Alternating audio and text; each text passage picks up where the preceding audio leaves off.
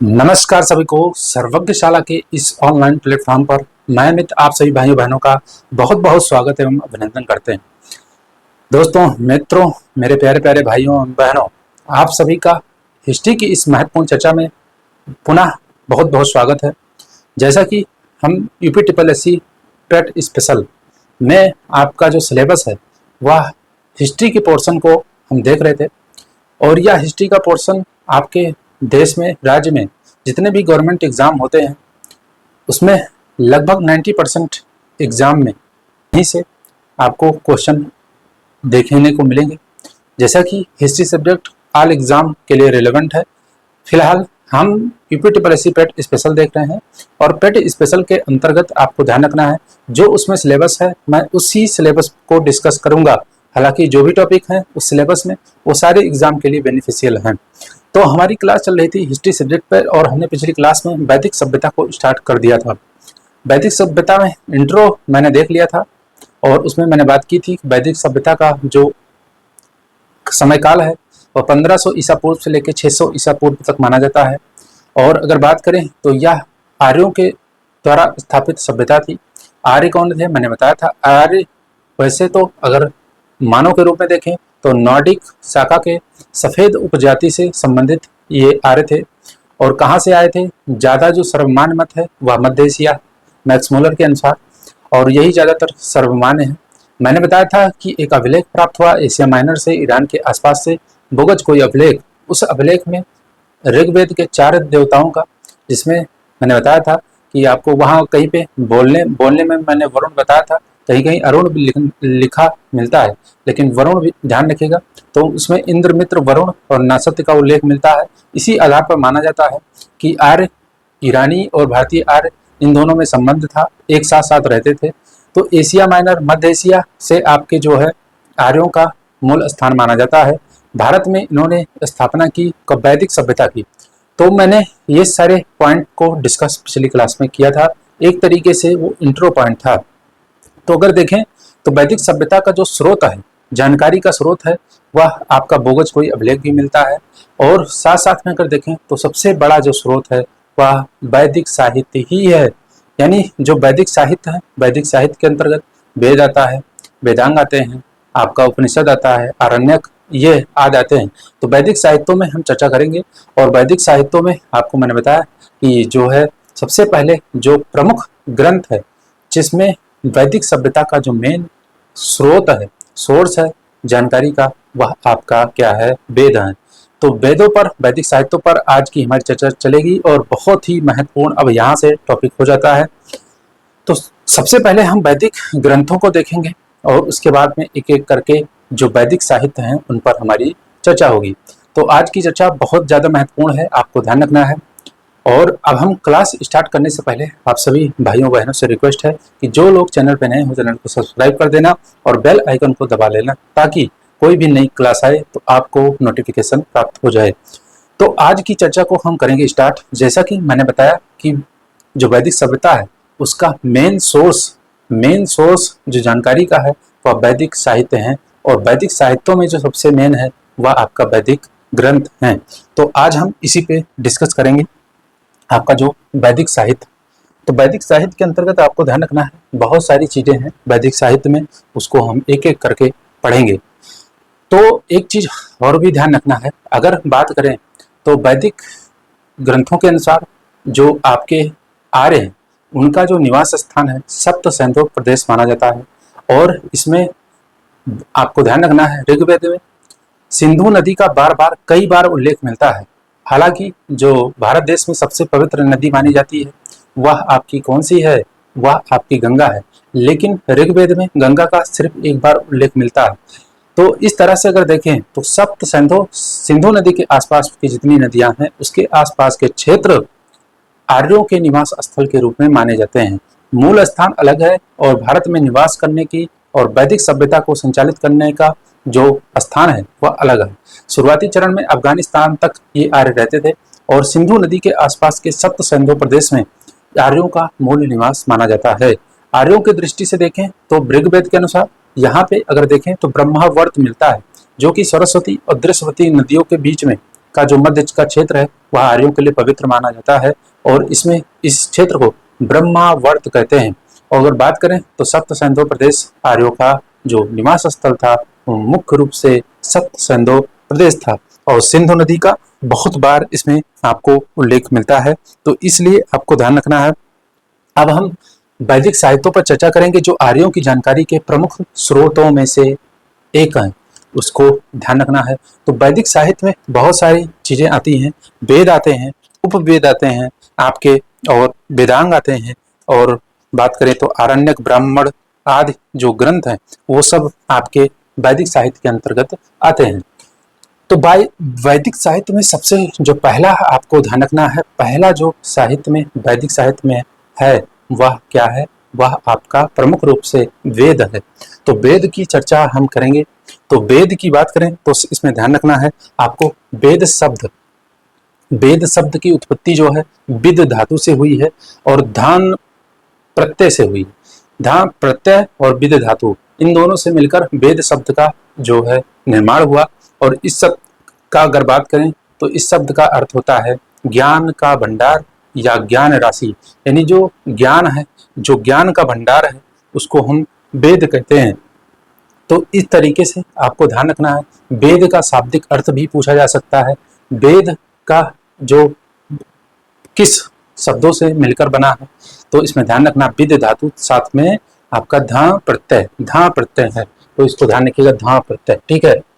इसका अर्थ भी आपको याद रखना है। तो वेदों की रचना किसने की? तो वेदों की रचना कार अगर आपसे कोई पूछे कि वेदों को लिखा किसने, या शुरुआती अगर देखें तो मेन जो लेखक हैं वो कौन है, तो वेदों के रचनाकार या लेखक को अपौरुषेय माना गया है। यानी यह किसी भी पुरुष के द्वारा यह वेद नहीं लिखा गया, बल्कि ये दैवीय अंश के रूप में इसको माना जाता है। दैवीय ज्ञान यानी देवताओं के ज्ञान के रूप में इसको माना जाता है। इसके संकलनकर्ता और साथ साथ में अगर बात करें तो वेदों के ऊपर जो अन्य आपके दृष्टांत ग्रंथ लिखे गए हैं तो उसके अलग अलग लेखक रचनाकार मिलते हैं, लेकिन वेद के लेखक कोई नहीं है, या अपौरुषेय है, किसी भी पुरुष के द्वारा याद नहीं लिखा गया, या दैवीय अंश है, देवताओं के द्वारा यह दिया गया ज्ञान का भंडार है। तो इस बात को ध्यान रखिएगा। तो इसके रचनाकार कौन है? अपौरुषेय है, किसी विशेष पुरुष द्वारा नहीं, बल्कि वेदों का जो है दैवीय ज्ञान का अंश माना जाता है, देवताओं के ज्ञान का अंश है ये। बात करें तो इसके संकलनकर्ता आपको ध्यान रखने हैं। इसको संकलित किसने किया? देवताओं के ज्ञान को ये जो अलग अलग बिखरे पड़े तमाम ऋषि मुनियों के द्वारा जो अर्जित करके उन वेदों के ज्ञान को संकलित किया, इकट्ठा किया, उसको किसने किया? तो महर्षि द्वैपायन वेदव्यास। तो महर्षि कृष्ण द्वैपायन वेदव्यास के द्वारा इसको संकलित किया गया, यानी इकट्ठा किया गया। तो इस बात को ध्यान रखिएगा, संकलनकर्ता कौन है? महर्षि कृष्ण द्वैपायन वेदव्यास हैं इसके संकलनकर्ता। संख्या तो आपको अच्छे से पता होगी, संख्या वेदों की 4 है, ऋग्वेद, यजुर्वेद, सामवेद और अथर्ववेद। इसमें लास्ट वाला जो अथर्ववेद उसको हटा दें तो ऋग्वेद, यजुर्वेद और सामवेद को वेद त्रयी के नाम से भी जाना जाता है। तो मैं यहाँ लिख दे रहा हूँ वेद त्रयी, ऋग्वेद, यजुर्वेद और सामवेद, इन तीनों को मिला के क्या कहते हैं? वेद त्रयी कहते हैं। क्या कहते हैं? वेद त्रयी। तो ऐसे क्वेश्चन बहुत पूछे गए हैं, बहुत बार पूछे गए हैं। वेद त्रयी में निम्नलिखित में से कौन शामिल नहीं है? इन चारों वेदों को दे दिया जाता है, तो आपको ध्यान रखना है उसमें अथर्ववेद को हम शामिल नहीं करेंगे। तो वेद त्रयी क्या है? ऋग्वेद है, यजुर्वेद है और सामवेद है, इन तीनों को मिला के वेद त्रयी कहा जाता है। तो इस बात को आपको ध्यान रखना है।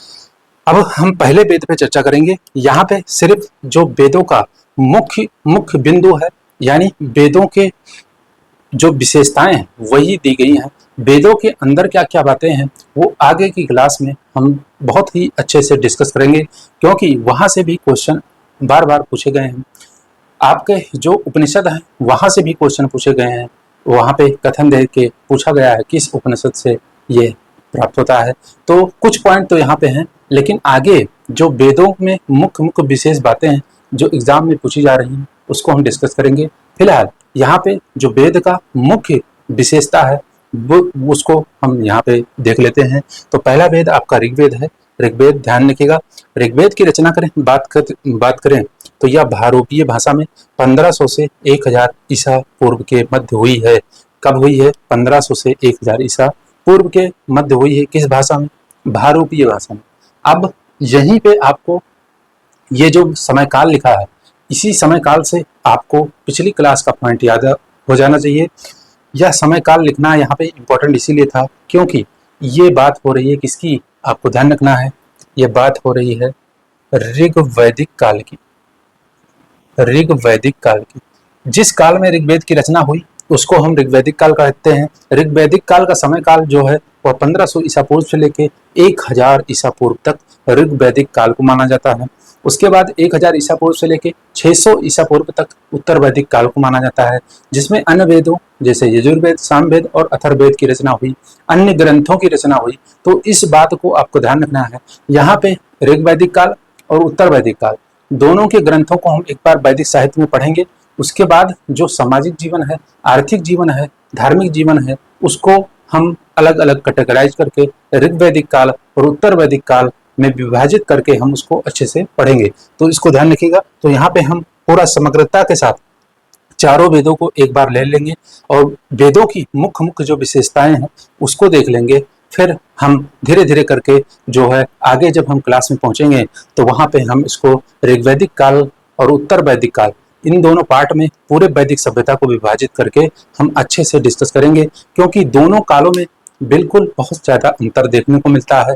तो वह अंतर कौन कौन से हैं वो भी एग्जाम में पूछे गए हैं, तो इसको ध्यान रखिएगा। अब हम बात करें तो यह भारोपीय भाषा में लिखा गया, ने बता दिया 1500 ईसा पूर्व से लेकर 1000 ईसा पूर्व के मध्य, और इसी को ऋग्वैदिक काल कहते हैं क्योंकि ऋग्वेद की रचना इसी काल के मध्य हुई है। तो इसको ध्यान रखिएगा। अब यह आदिम मानव जाति का यह प्राचीनतम ग्रंथ माना जाता है। प्राचीनतम कह लीजिए या प्रथम ग्रंथ कह लीजिए, दोनों एक ही बात है। तो आदिम मानव जाति का यह प्राचीनतम या प्रथम ग्रंथ माना जाता है। कौन सा? ऋग्वेद माना जाता है। वेद नहीं लिखेंगे, ऋग्वेद बोलेंगे, ठीक है, इस बात को ध्यान रखिए। इसमें अगर बात करें तो ऋग यानी अर्थात ऋचाएं हैं, जिनके माध्यम से क्या करते हैं हम देवताओं की स्तुति करते हैं, और देवताओं की स्तुति यज्ञ आदि के माध्यम से करते हैं, जिसमें आपको ध्यान रखना है जो अग्नि है वह अग्नि जो है मध्यस्थता का रोल निभाती है। तो इसको आपको ध्यान रखना है। अगर बात करें तो वेद मंत्रों द्वारा देवताओं को इसमें आह्वान करते हैं, अग्नि का आह्वान करते हैं और ये ऋचाएं स्तुतियां करते हैं। तो अगर बात करें स्तुति है तो इस प्रकार स्तुति और ऋचाएं हैं, तो इसको हम क्या बोलेंगे? ये पद्य भाषा में ये लिखा गया है, पद्य काव्य है, ठीक है, इसको ध्यान रखिए। गद्य पद्य आप जानते होंगे अच्छे से, तो पद्य में यह है। तो इसमें ऋचाएं हैं और जिनके माध्यम से देवी स्तुति की गई है और यज्ञ आदि के समय इसमें आह्वान किया जाता है, तो इसमें ध्यान रखना है। अब अगर इसमें बात करें तो इसमें कुल 10 मंडल हैं, 10 मंडल हैं, और 2 से 8 जो मंडल है, 2 से लेके 8वां मंडल ये सबसे प्राचीनतम मंडल माना जाता है। 1 और आपका 3 और 10 ये जो मंडल हैं, ये 1 और 9 और 10, 1 और 9 और 10 ये सबसे लास्ट के यानी नवीनतम मंडल। तो सबसे प्राचीन मंडल कौन है? 2 से लेके 8 तक। और अगर बात करें नवीनतम मंडल कौन सा है, तो 1 है, 9 है और 10। तो इसको आपको अच्छे से याद रखना है। तो कुल मिला के 10 मंडल हैं, 1028 सूक्त हैं, ठीक है, 1028 सूक्त हैं। जिसमें मुख्य सूक्त की बात करें तो इसमें 1017 हैं और 12 बाल खिल हैं। तो इसको भी ध्यान रखना है, मैं लिख दे रहा हूँ। टोटल किसकी बात हो रही है? ऋग्वेद की बात हो रही है। तो ऋग्वेद में अगर बात करें तो कितने? टोटल 1028 सूक्त हैं, ठीक है, कितने हैं? 1028 सूक्त हैं। इसमें 1017 सूक्त और आपके 12 बालखिल भी जुड़े हैं, तो इसको ध्यान रखिएगा। मुख्य जो है वो आपको ध्यान रखने हैं। तो कुल कितने सूक्त मैंने बता दिया। सूक्तों की संख्या कितनी है? सूक्तों की संख्या 1028 है, ठीक है। तो 1017 मुख्य सूक्त प्लस 12 बालखिल है। तो इस प्रकार सूक्तों की संख्या है। मंत्रों की संख्या की बात करें मंत्रों की संख्या कितनी है, इसमें कितने मंत्र हैं?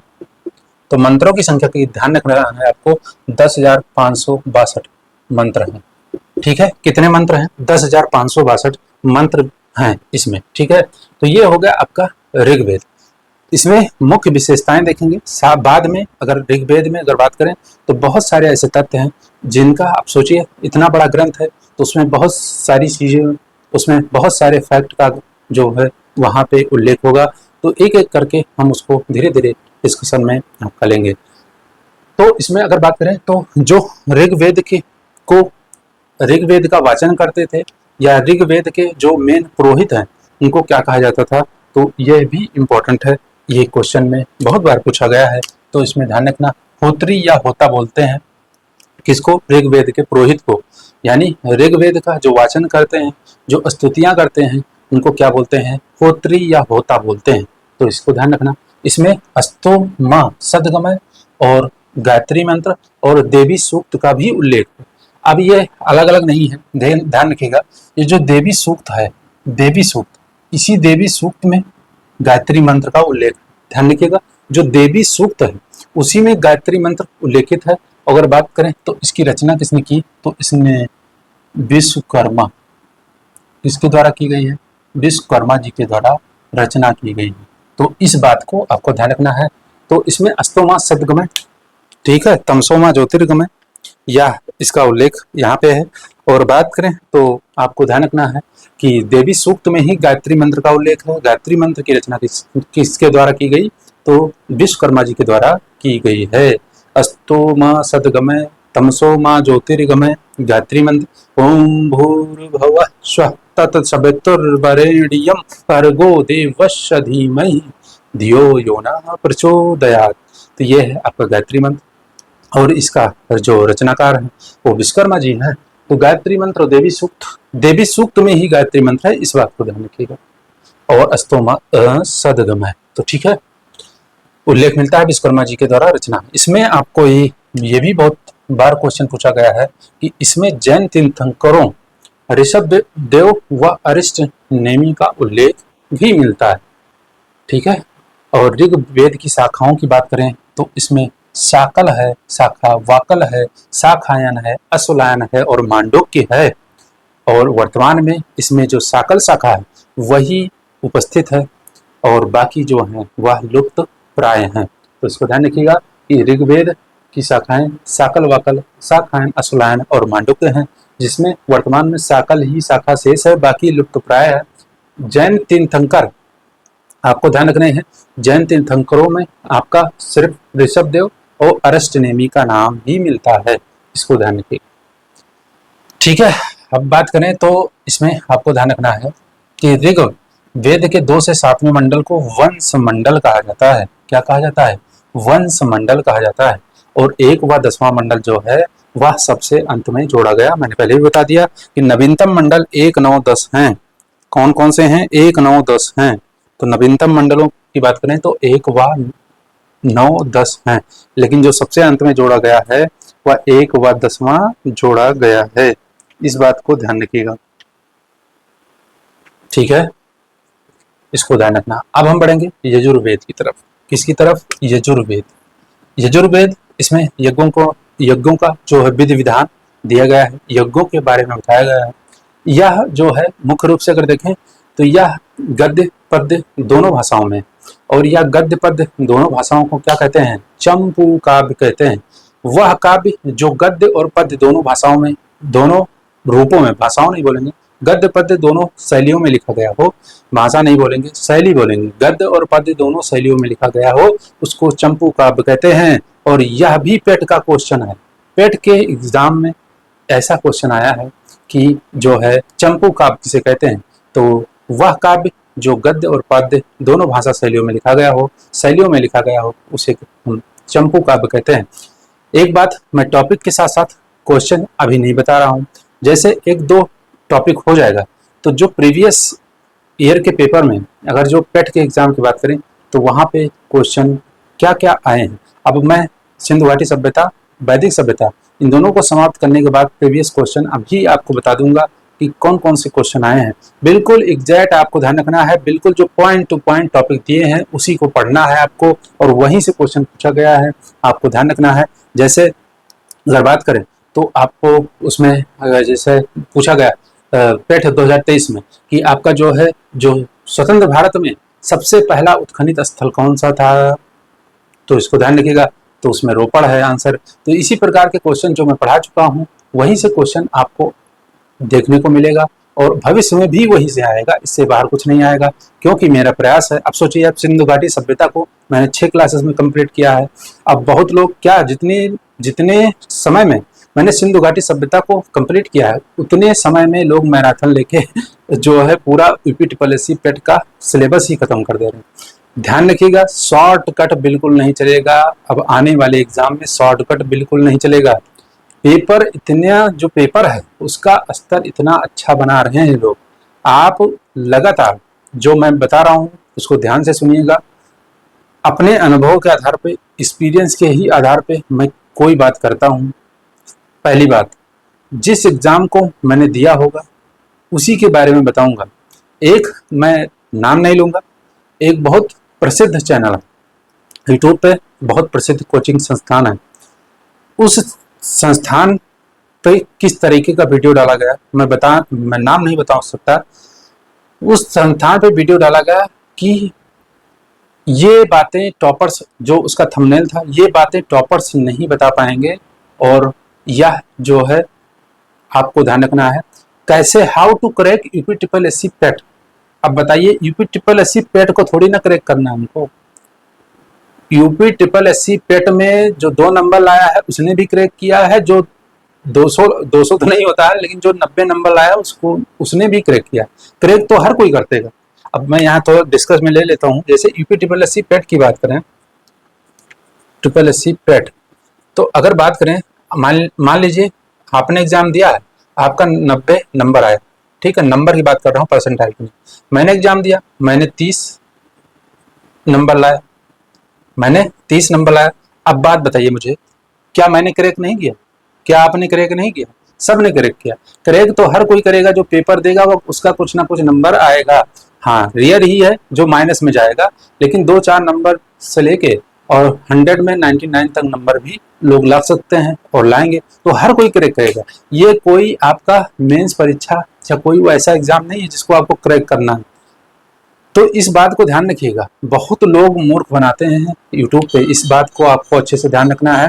तो मैं वही बातें आपको करता हूँ, वही बातें करता हूँ जो आपके लिए बेनिफिशियल हो, और साथ साथ में जिसको मैंने खुद उसको एक्सपीरियंस, जिस रास्ते से मैं खुद गुजरा हूँ उसी की बात करूँगा आपको। ये नहीं कि मैं जो है कलकत्ता गया ही नहीं और आपको बता दूं कैसे ऐसे जाइएगा, हावड़ा ब्रिज होके नीचे कूद पड़िएगा, तो इस तरीके की बातें मैं नहीं कर सकता। इस बात को ध्यान रखिएगा। As a aspirant, as a guider, आपको मैं यही सलाह दूंगा कि बहुत से लोग यूट्यूब पर, आपको ध्यान रखिएगा, बेरोजगारी बहुत ज़्यादा है और यूट्यूब पे लोग बहुत ज़्यादा मूर्ख बनाने का कार्य करते हैं। मूर्ख नहीं बनना है आपको, जहाँ भी आपको अच्छा पढ़ने को मिले वो पढ़िएगा, फालतू की गाइडेंस के चक्कर में मत पड़िएगा। इस बात को ध्यान रखिएगा। बहुत लोग कोर्स बेचने के चक्कर में साथ साथ में आपको क्या कर देंगे, गुमराह कर देंगे। बहुत लोग कहेंगे कि कट ऑफ के बारे में उल्टा सीधा बता के आपको जो है गुमराह कर देंगे। तो इस बात को ध्यान रखिएगा, कट ऑफ का जो चक्कर है वह जो एग्जाम देता है बराबर वही जान पाएगा। इस बात को ध्यान रखना है आपको। पेपर का स्तर जो पेट 2023 है उससे लगातार बदलता जा रहा है, तो इसलिए हम बात कर रहे हैं कि आपको पेपर बहुत ही अच्छे से मूल्यांकन करके 2023 के पेट के बाद जितने भी पेपर हुए हैं यूपी ट्रिपल एससी पेट के द्वारा, यूपी ट्रिपल एससी आयोग के द्वारा, ठीक है, पेट 2023 के बाद यूपी ट्रिपल एससी आयोग के द्वारा जितने भी पेपर हुए हैं उन पेपर्स को, चाहे जूनियर असिस्टेंट हो, बंद दरोगा हो, चाहे बीपीओ हो, चाहे जो भी एग्जाम हो, उसको पेपर को आप उठा के देख लेना। 2023 के पहले के पेपर को देख लेना, 2023 के पेट के बाद के पेपर को देख लेना, जमीन आसमान का फर्क मिलेगा। तो इसलिए शॉर्टकट बिल्कुल नहीं चलेगा। आपको एक मैराथन क्लास में आपको कुछ नहीं मिलने वाला है, इस बात को ध्यान रखिएगा। बहुत गहनता के साथ, गंभीरता के साथ पढ़ेंगे तभी कोई एग्जाम निकलेगा, इस बात को आपको ध्यान रखना है। क्लियर बात मैं बोल रहा हूँ, इस बात को ध्यान रखिएगा। कोई यहाँ फालतू की बातें नहीं, आपको इसको ध्यान रखना है। खैर, हम अपने टॉपिक पर लौटते हैं। क्या है अपने टॉपिक पर, तो मैं बता रहा हूँ, ऋग्वेद की चर्चा मैंने कर ली है, जो मुख्य मुख्य बातें हैं, विशेषताएं मैंने देख लिया है। अब आगे की जो विशेषताएं हैं उसको हम जो एक एक करके जो उल्लेख है, ऋग्वेद में क्या उल्लेख है, यजुर्वेद में क्या उल्लेख है, या इनके जो उपवेदों पे क्या क्या है, वेदांगों पे क्या है, वो सबकी चर्चा आगे हम करेंगे। फिलहाल यजुर्वेद की बात करें तो यह इसकी रचना मैंने बताया था चंपू काव्य में हुई, गद्य पद्य दोनों शैलियों में जिस काव्य की रचना हो उसको हम चंपू काव्य कहते हैं। इसके जो पुरोहित हैं या इसके, तो उसको क्या कहते हैं, अधर्व्यु कहते हैं, अधर्यु कहते हैं, तो अधर्व्यु कहते हैं, पुरोहित कहलाते हैं। और अगर इसकी बात करें तो शाखाएं, इसमें 2 शाखाएं हैं। ऋग्वेद की शाखाएं कितनी हैं, 5 हैं, और इसमें कितनी शाखाएं हैं, 2 शाखाएं हैं। जो कृष्ण है, तो कृष्ण शाखा, उसमें आपको ध्यान रखना है, उसमें दोनों आपका क्या हो, गद्य और पद्य दोनों शैलियों में देखने को मिलता है। साथ साथ में इसकी जो विशेषता है यह है कि यह ज्यादातर दक्षिण भारत में इसका प्रचलन है, दक्षिण भारत में इसका प्रचलन ज्यादा है कृष्ण शाखा का, और यह गद्य पद्य दोनों शैलियों में है। उसके बाद बात करें तो शुक्ल यह पद्य में ही है, और इसका जो है उत्तर भारत में इसका जो है प्रचलन अधिक है, ऐसा नहीं कि यहाँ है ही नहीं या दक्षिण भारत में नहीं है, अधिक है, इसको ध्यान रखिएगा। तो कृष्ण जो शाखा है इसमें गद्य पद्य दोनों शैलियों में यह लिखित है, रचना इसका किया गया है, और यह दक्षिण भारत में इसका प्रचलन ज्यादा है। जो आपका शुक्ल है, शुक्ल शाखा, वह पद्य में है, और इसका ज्यादा प्रचलन उत्तर जो है उत्तर भारत में है, तो इसको ध्यान रखना है, उत्तर भारत में है। अब इसमें कुछ मैं बताना चाहूंगा, जैसे यह यजुर्वेद की मूल शाखा मानी जाती है, यह यजुर्वेद की मूल शाखा मानी जाती है, और इसे हम क्या कहते हैं, वाजसनेय शाखा भी कहते हैं। किसको, शुक्ल शाखा को, यजुर्वेद की शुक्ल शाखा ही यजुर्वेद की मूल शाखा मानी जाती है, और इसे वाजसनेय संहिता, आप सुने होंगे वाजसनेय संहिता, ये भी क्वेश्चन है, पीसीएस में पूछा गया कई बार, वाजसनेय, तो वाजसनेय शाखा भी कहते हैं। किसको, शुक्ल यजुर्वेद को। 2 शाखा है यजुर्वेद की, तो शुक्ल यजुर्वेद लिख दे रहा हूं मैं, यजुर्वेद को वाजसनेय शाखा भी कहते हैं। और यही जो यजुर्वेद है, यजुर्वेद की ये मूल शाखा है, यजुर्वेद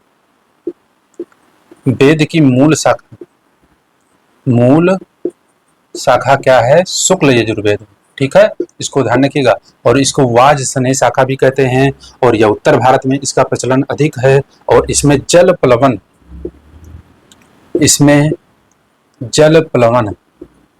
यानी बाढ़ जिसको बोल सकते हैं, जल प्लवन के साक्ष्य मिलते हैं, और यह जल प्लवन के साक्ष्य जो मिलते हैं वह शतपथ ब्राह्मण में मिलते हैं। किसमें मिलते हैं, शतपथ ब्राह्मण में मिलते हैं।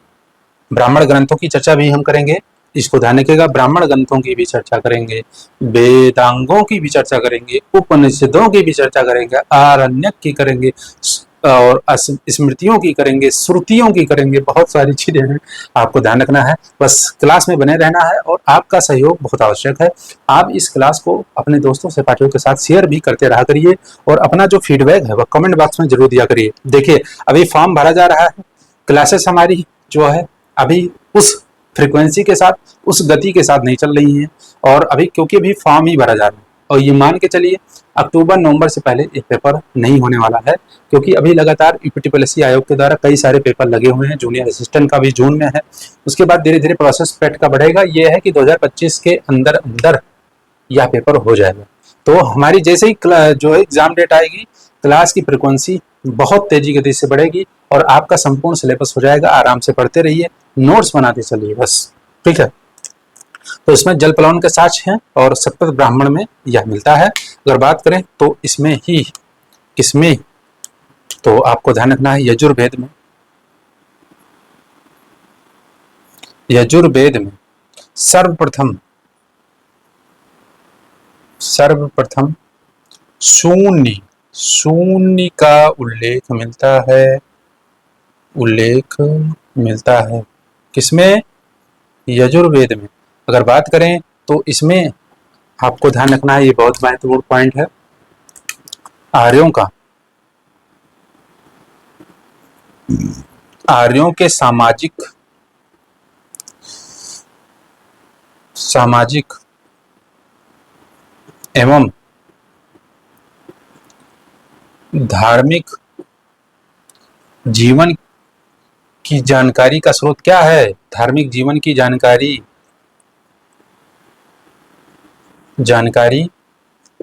का स्रोत क्या है? स्रोत क्या है? तो आपका आंसर होना चाहिए क्या? यजुर्वेद। क्या होगा? यजुर्वेद होगा।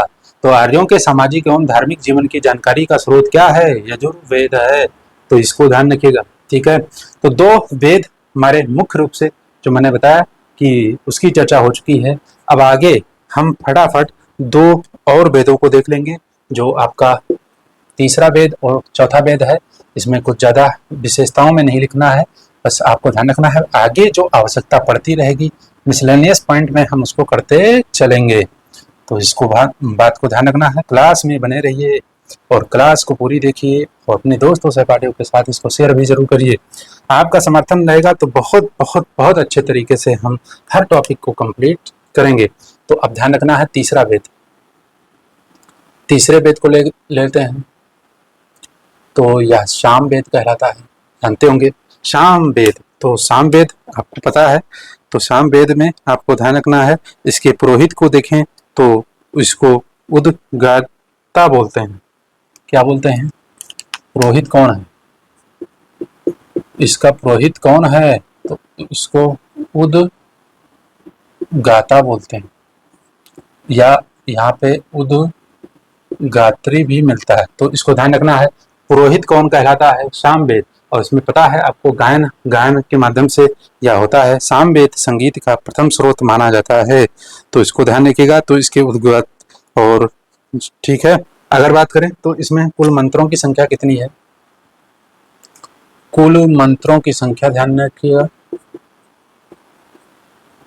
संख्या कितनी है? तो इसमें आपको ध्यान रखना है 1875। कितनी है?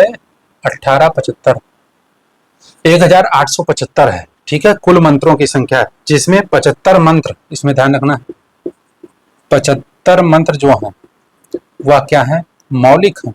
मौलिक है यानी मूल रूप से है। बाकी जो मंत्र हैं 1800, ये कहाँ से?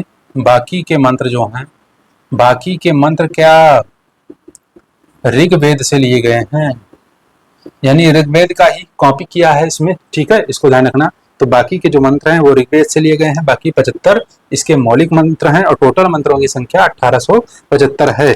और इसमें सूर्य की स्तुति एक महत्वपूर्ण पॉइंट है कि इसी वेद में सूर्य की स्तुति की गई है।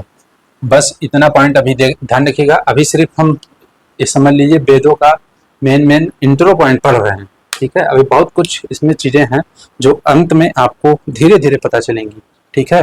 अब अगला वेद देख लेते हैं, अथर्ववेद।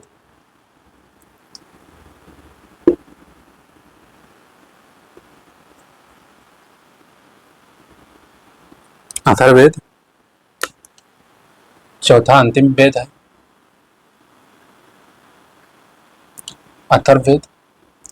अथर्ववेद इसको ध्यान रखिएगा, ठीक है। इसमें सबसे पहले आपको ध्यान रखना है कर्म कांड। पहली बात तो इसको लिख लीजिए, कर्म कांड, ठीक है। कर्म कांड का इसमें ज्यादा मिलता है। कर्म कांड का उल्लेख, कर्म कांड की विधि समझ लीजिए। उल्लेख क्या? कर्मकांड की विधि वगैरह है। और इसमें माना जाता है कि आपका जो जादू टोना आदि है, जादू टोना आदि भी लिख देते हैं, जादू टोना आदि, ठीक है। इतना ध्यान रखना है, ठीक है। उसके बाद क्योंकि आपको ध्यान रखना है कि ये आपका कर्मकांड है, इसमें कर्मकांडों से संबंधित विधि विधान है, साथ में जादू टोना है।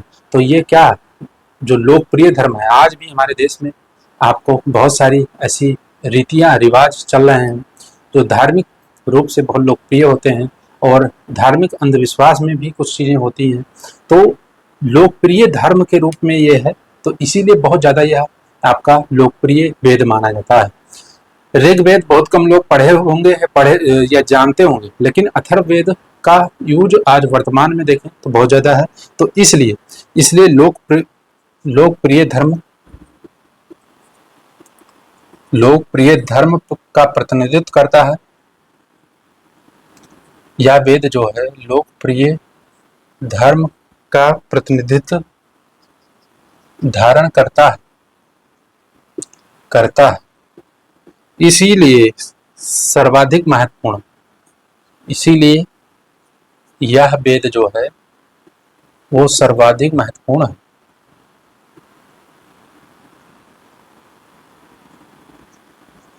ठीक है, इतना ध्यान रखना है। अथर्ववेद में अगर बात करें तो इसमें मैंने बताया जादू टोना आदि है, तो इसमें बहुत सारी चीजें हैं। जैसे इसमें क्या है, जैसे मारन क्या, किसी को मारने के लिए कोई पूजा पाठ। ठीक है, मारन मोहन उत्चाटन, ये क्या है, किसी को मोहित करने के लिए, किसी को अलग करने के लिए या झगड़ा लड़ाई करवाने के लिए। ठीक, उच्चाटन। और औषधियों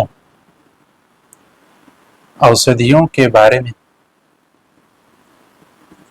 में यहाँ विधि विधान है। ठीक है, तो इसको ध्यान रखिएगा, मारन मोहन चाटन और औषधियों के बारे में भी यहाँ वेद जो स्रोत है आदि का उल्लेख इसमें मिलता है। और इसे ब्रह्म वेद भी कहा जाता है, बहुत महत्वपूर्ण, इसे ब्रह्मा वेद भी कहा जाता है। ठीक है, उसके बाद में ध्यान रखना है, इसमें मंत्रों की संख्या की बात करें तो इसमें मंत्र जो है 5849 मंत्र, कितने हैं, 5849 मंत्र हैं और 20 कांड हैं। यह कांड हुआ नहीं है, अध्याय समझ सकते हैं, ये कांड करने वाला कांड नहीं है, कांड है। जैसे आप पढ़ते होंगे रामचरितमानस में कांडों की आप जो है बात करते हैं, अध्याय कांड, बाल कांड, किष्किंधा कांड आदि जो भी कांड है, तो वही उसी प्रकार का यह कांड है। 20 कांड है, ये नहीं कि 20 कांड बताया गया है उसको कांड करना है, इसको ध्यान रखिएगा। तो 5849 मंत्र और 20 कांड इसमें हैं। और इस वेद का अन्य नाम क्या है, बहुत ज्यादा इंपॉर्टेंट है, बहुत ज्यादा इंपॉर्टेंट। तो इस वेद का अन्य नाम बात करें तो अथर्वा अंगी रसी वेद, अथर्वा अंगी आपका जो है अंगिरस वेद, साथ में ब्रह्म वेद, और एक नाम और देखने को मिलता है मही वेद। ठीक है, तो बहुत ज्यादा इंपॉर्टेंट है। अगर आपसे पूछे कोई अथर्ववेद के अन्य नाम बताइए तो आप क्या बताएंगे, तो आपको बताना है अथर्वा अंगिरस वेद, ब्रह्म वेद और साथ में मही वेद, ये 3 इसके नाम अन्य नाम हैं। और इस वेद का बहुत ज्यादा इंपॉर्टेंट है। जब आरण्यक पढ़ेंगे तो देखेंगे और उसमें आपको आरण्यक बताएंगे, और उसमें जो मुख्य आरण्यक है उसमें आपको देखना है। तो एक बात इसमें नोट डाल के लिख सकते हैं या स्टार बना के लिख सकते हैं कि इस वेद का कोई भी आरण्यक नहीं है, आरण्यक क्या होते हैं, जब वानप्रस्थ के समय जो ग्रंथ लिखे गए उनको बोला जाता है आरण्यक। और आरण्यक अथर्ववेद में आरण्यक का उल्लेख नहीं है, मतलब इस वेद का, अथर्ववेद का कोई भी आरण्यक नहीं है। आरण्यक ग्रंथ होता है, आरण्यक ग्रंथ नहीं है। किसका नहीं है, अथर्ववेद का, बाकी सारे वेदों का है।